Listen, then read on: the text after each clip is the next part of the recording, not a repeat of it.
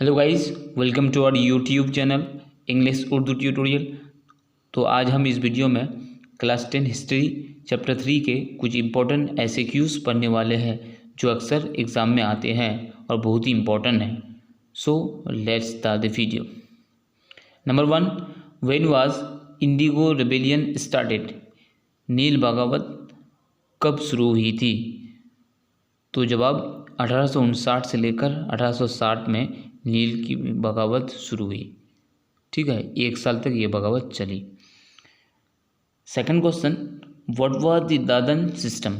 दादन system क्या है या फिर किसे कहते हैं? जवाब, नील की काश्तकारी करवाने वाले किसानों को नील की काश्त के लिए पेशगी रकम दे दिया करते थे।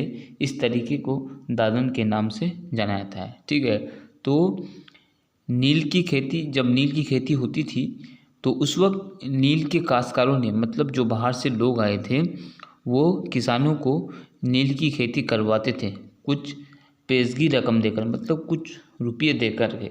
इस तरीके को कहते हैं दादन और ये सिस्टम को कहते हैं दादन सिस्टम। ठीक है। Question number 3, who was the author of Neel Vidroh और बंगाली समाज? तो यहाँ पर एक बुक्स है नील विद्रोह और बंगाली समाज। इसका ऑथर कौन था, मतलब मुसन्निफ कौन था? तो जवाब, प्रमोद रंजन सेन गुप्ता बंगाली समाज के नील विद्रोह के मुसन्निफ थे। ठीक है।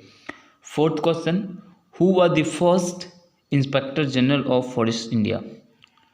तो फॉरेस्ट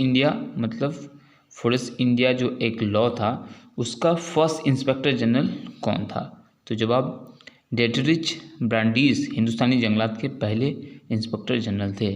ठीक है। अब चलते हैं क्वेश्चन नंबर 5 में। Who were the leaders of Chuar rebellion?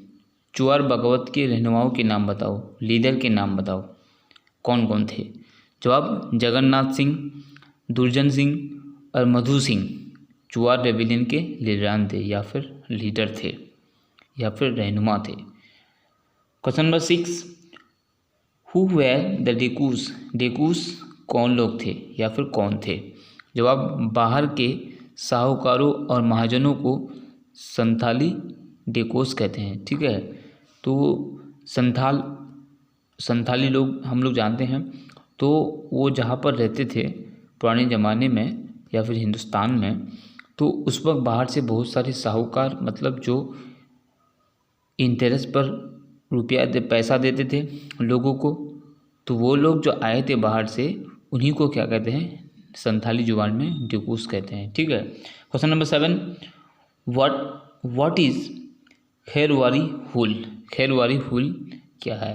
तो जवाब, संथाली बागियों को खेतवारी हुल कहा जाता है। यहाँ पर खेत होगा। ठीक है, खेतवाड़ी हुल कहा जाता है। तो संथाली जुबान में बगावत को हुल के नाम से जानते हैं। ठीक है। Question number 8, who were leaders of Santhal rebellion? Santhali बगावत हुई थी उसके रहनुमा कौन थे, उनके लीडर कौन थे? तो जवाब, कानू और सिद्धू संथाली बगावत के लीडर थे। तो ये सिद्धू और कानू जो है ये दोनों भाई है, रिश्ते में दोनों भाई है। ये दोनों संथाल रेबेलियन के लीडर थे या फिर रहनुमा थे। Question number 9, what is mean by Ikhgan? इख्गान क्या है? तो जवाब, एक संथाली लफ्ज़ है जिसकी मानी बुरी हालत है। तो ये भी एक संथाली लफ्ज़ है जिसके मानी बुरी हालत, मतलब बहुत ही खराब हालत। Question number 10, what is the meaning of Faraizi? फराजी का मानी क्या है? तो जवाब, वह लोग जो अल्लाह के अहकाम पर अमल करते हैं इन्हें फराजी कहा जाता है। तो कहता है जो अल्लाह ताला के हुक्म पर अमल करते हैं और उसके हिसाब से चलते हैं इन्हें फराजी कहा जाता है। Question number 11, what was the तारीख़ मोहम्मदिया? तारीख़ मोहम्मदिया क्या था? जवाब, तीतुमीर ने बंगाल में जिस वहाबी तहरीक की सरबराही की थी इसे तारीख़ मोहम्मदिया कहा जाता है। इसे तारीख़ मोहम्मदिया कहा जाता है। तो तीतुमीर एक क्या है, रहनुमा थे। तो उसने बंगाल में जो वहाबी तहरीक शुरू की थी और उसका वो लीडर था, उसी को तारीख़ मोहम्मदिया कहा जाता है। क्वेश्चन नंबर 12, व्हाट इज़ तीन कांतिया सिस्टम? तीन कांतिया सिस्टम क्या है? जवाब, चंपारण के किसानों को ज़बरदस्ती अपनी ज़मीन के 2 से 3 हिस्सा में नील की काश्त कराई जाती थी, जिसे तीन कांतिया सिस्टम कहते हैं। क्योंकि ये जो नील की खेती है, ये किसान लोग करना नहीं चाहते थे, क्योंकि इनसे ज़्यादा उनको फ़ायदा नहीं होते थे। इसलिए और इनकी वजह से, नील की खेती की वजह से उनकी जो गजाई फसल है उसकी पैदावार बहुत ही कम हो जाती थी, जिससे उन लोगों को फाकाकश करना पड़ता था। इसलिए वो लोग नील की खेती नहीं करना चाहते थे। इसलिए बाहर से आए हुए नील ताजिर जो है वो ज़बरदस्ती करवाते थे। इसी को क्या कहते हैं? नील कांतिया सिस्टम कहते हैं।